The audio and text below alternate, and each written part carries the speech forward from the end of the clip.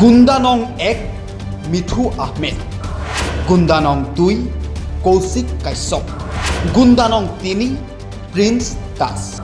কংগ্ৰেছৰ ভেৰণীয়া গুণ্ডাই মূৰ ফালিলে NSUৰ সভাপতি পদৰ প্ৰাৰ্থীৰ। তেজেৰে ৰাঙলী হোৱা ৰাজীৱ ভৱনত কি হৈছিল, কিয় কি কাৰণত জিন্স বৰা নামৰ NSUৰ সভাপতি পদৰ প্ৰাৰ্থীগৰাকীক গুৰুলকৈ প্ৰহাৰ কৰিছিল। মিঠু আহমেদ নামৰ যি মূল অভিযুক্তক ইতিমধ্যে আৰক্ষীয়ে আটক কৰিছে, জেৰা অব্যাহত ৰাখিছে। আৰু যি সমগ্ৰ ঘটনা, এই ঘটনাৰ সৈতে আন দুগৰাকী জড়িত আছে, আন দুগৰাকী NSUৰ সদস্য জড়িত হৈ আছে, প্ৰিন্স বৰা আৰু কৌশিক বৰুৱা। সোমবাৰে নিশা মহানগৰস্থিত এইটো ৰাজীৱ ভৱনতে চলি আছিল কংগ্ৰেছৰ সদস্য ভৰ্তি অভিযান। আৰু তাৰ মাজতেই এটেম্প টু মাৰ্ডাৰ। 15ৰ পৰা 20 জনীয়া দল লৈ অতৰ্কিতে হাতত চোকা অস্ত্ৰ লৈ সভাপতি পদৰ প্ৰাৰ্থী এইগৰাকী জিন্স বৰাক আক্ৰমণ কৰে যুৱ কংগ্ৰেছৰ সাধাৰণ সম্পাদক মিঠু আহমেদ, ৰাজ্যিক সভাপতি পদৰ প্ৰাৰ্থী কৌশিক কাশ্যপ আৰু কংগ্ৰেছৰ সৈতে কোনো লিংক নথকা প্ৰিন্স দাসে। তেজেৰে লুতুৰি পুতুৰি হৈ থকা এই ফটোখন চালেই আপুনি বুজি উঠিব যে কিমান ভয়ংকৰ আছিল এই আক্ৰমণ। কালি মোক আপোনাৰ প্ৰথমতে চিঞৰি পিনে তিনিজনে মোক বাহিৰত মাতি আনি পিনে আপোনাৰ যিটো আমাৰ NSUৰ অফিচ তাৰে দৰজাৰ যিটো খিলি থাকে সেইটো মাৰি দিলে। মই বাহিৰত অকলে হৈ থাকিলোঁ। অকলে হৈ থকাৰ পিছত তেওঁলোকে চোকা অস্ত্ৰৰে মোৰ মাথাত মাৰিলে। প্ৰথম কি চোকা অস্ত্ৰ?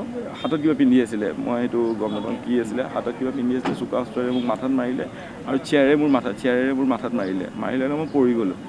পৰি যাই পিনে মোৰ মাথাটো ফাটিল, তেজ বহুতখিনি ওলাল, মই নিজৰ চেঞ্চলেছ নিচিনা হ'লোঁ। তাৰপিছত তেওঁলোকে মোক ভৰিৰে মাৰিলে, ভৰিৰে গুৰিয়াই থাকিলে। কোনে কোনে ঘূৰিছে?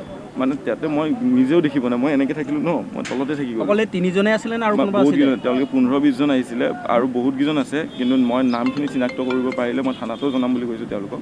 কংগ্ৰেছী গুণ্ডাৰ প্ৰহাৰত গুৰুতৰভাৱে আহত হোৱা জিন্স বৰাক নিশাই সংকটজনক অৱস্থাত নিয়া হয় গুৱাহাটী মেডিকেল কলেজ হাস্পতাললৈ।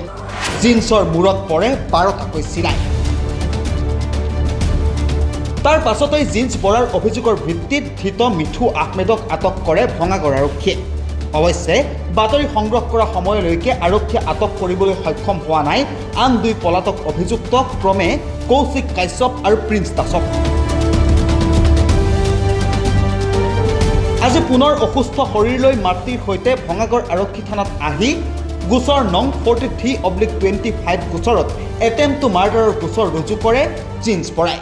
কংগ্ৰেছৰ গুণ্ডা বাহিনীৰ আক্ৰমণত আহত হৈ ইতিমধ্যে জিন্স বৰা নামৰ যিজন NSUৰ সভাপতি পদৰ প্ৰাৰ্থী আঘাতপ্ৰাপ্ত হৈ গুৱাহাটী মেডিকেল কলেজ হাস্পতালত চিকিৎসাধীন হৈছিল। আৰু তাৰ পাছত আজিৰ দিনটোত পুনৰ জিন্স বৰা মাতৃৰ সৈতে আহি ভঙাগড় আৰক্ষী থানাত উপস্থিত হৈছে। আৰু জানিব পৰা মতে জিন্স বৰাই যি তিনি অভিযুক্ত মিঠু আহমেদ, প্ৰিন্স বৰা আৰু কৌশিক নামৰ যি তিনি অভিযুক্ত, তেওঁলোকৰ বিৰুদ্ধে এটেম্প টু মাৰ্ডাৰৰ কেছ তেওঁলোকে ৰুজু কৰিছে বুলি জানিব পৰা গৈছে, গোচৰ ৰুজু কৰিছে বুলি জানিব পৰা গৈছে। আৰু তাৰ পাছত ভঙাগড় আৰক্ষী থানাত উপস্থিত হৈয়ে জিন্স বৰাই কৈ গ'ল এটাৰ পাছত আন এটা কথা, কেনেকুৱা ধৰণে কি প্ৰক্ৰিয়াৰে তেওঁক অত্যাচাৰ চলোৱা হৈছিল, কি ধৰণে তেওঁক যোৱাকালি নিশাৰ ভাগত মাৰপিট কৰা হৈছিল, এটাকৈ প্ৰতিটো কথা কৈ গ'ল জিন্স বৰাই।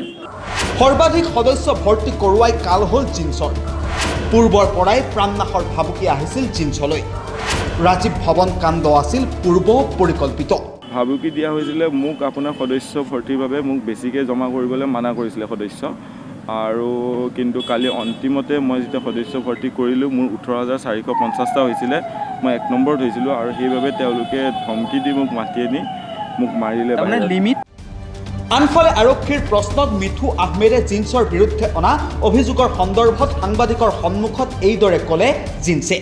চাওক, মই যি মাৰিবলৈ আহিলোঁ হয়, মাৰিব অহাজনৰ আঘাতপ্ৰাপ্ত নহয়, তেওঁৰ গাত আঘাত থাকিলে হয়। আৰু মই ভাবোঁ তেওঁ যি ভাল দেখে আৰু পুলিচে যিটো বিবেচনা কৰে আইনীভাৱে, তেওঁতো এতিয়া নিজে কি ভাল দেখে তেওঁ কৰক। মই এতিয়া আপুনিয়ে ভাবক, সঁচাকৈ যদি জিন্সৰ হাতত অস্ত্ৰ থাকিলহেঁতেন তেন্তে আটক মিঠু আহমেদৰ শৰীৰত কিয় আঘাতৰ অলপ চিন নাই? এতিয়া আৰক্ষীয়ে কি বিচাৰ কৰিব? মিঠুৰ শাস্তি কি হ'ব?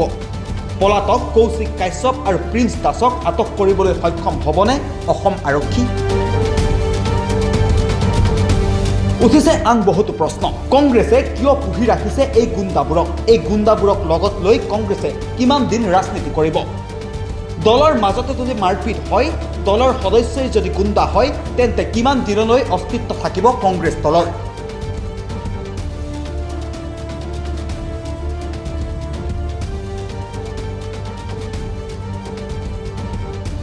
হৃদয় আহমেদৰ সহযোগত ঐশ্বৰ্য শইকীয়াৰ ৰিপৰ্ট PB সংবাদ।